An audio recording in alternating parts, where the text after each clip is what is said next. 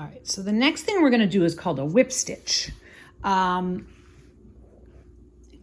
we use this a lot for things like name tags. What else would we use it for? Just putting things, attaching one thing to another thing. It's a very quick stitch. It's a quick way to do a seam. How we're gonna prepare this is take 2 pieces of your muslin, and you're going to turn one end one way, one side one way and one side the other, to create what would be almost like a regular seam allowance, and then press that down. Definitely. So you see, I've taken one, folded it over this way, and one folded it over the other way, or you can fold over 2 the same, and then put them together so that the seam allowances are on either side. So we have right sides together. This would be the 2 right sides of the fabric together. And I'm gonna pin them. And then I think what they want you to do is just put the needle through both of the little bits of the fold.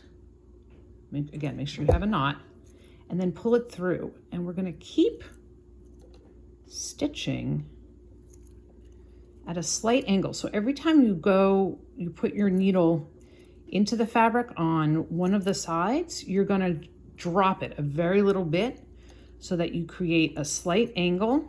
Make sure you get both halves.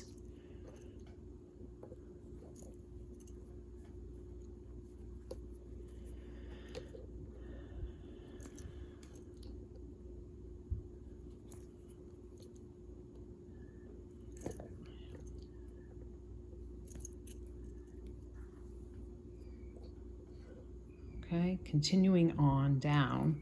And you can see when you open it up that it is indeed stitched together. Is it pretty?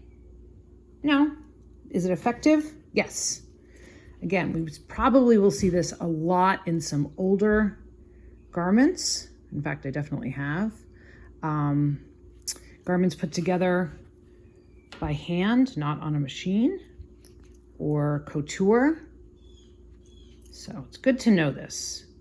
And as I said, there are other applications of a whip stitch. So you may be asked sometimes can you just whip stitch this on? This is what a whip stitch is. It's just using your needle, always facing the same direction, facing you.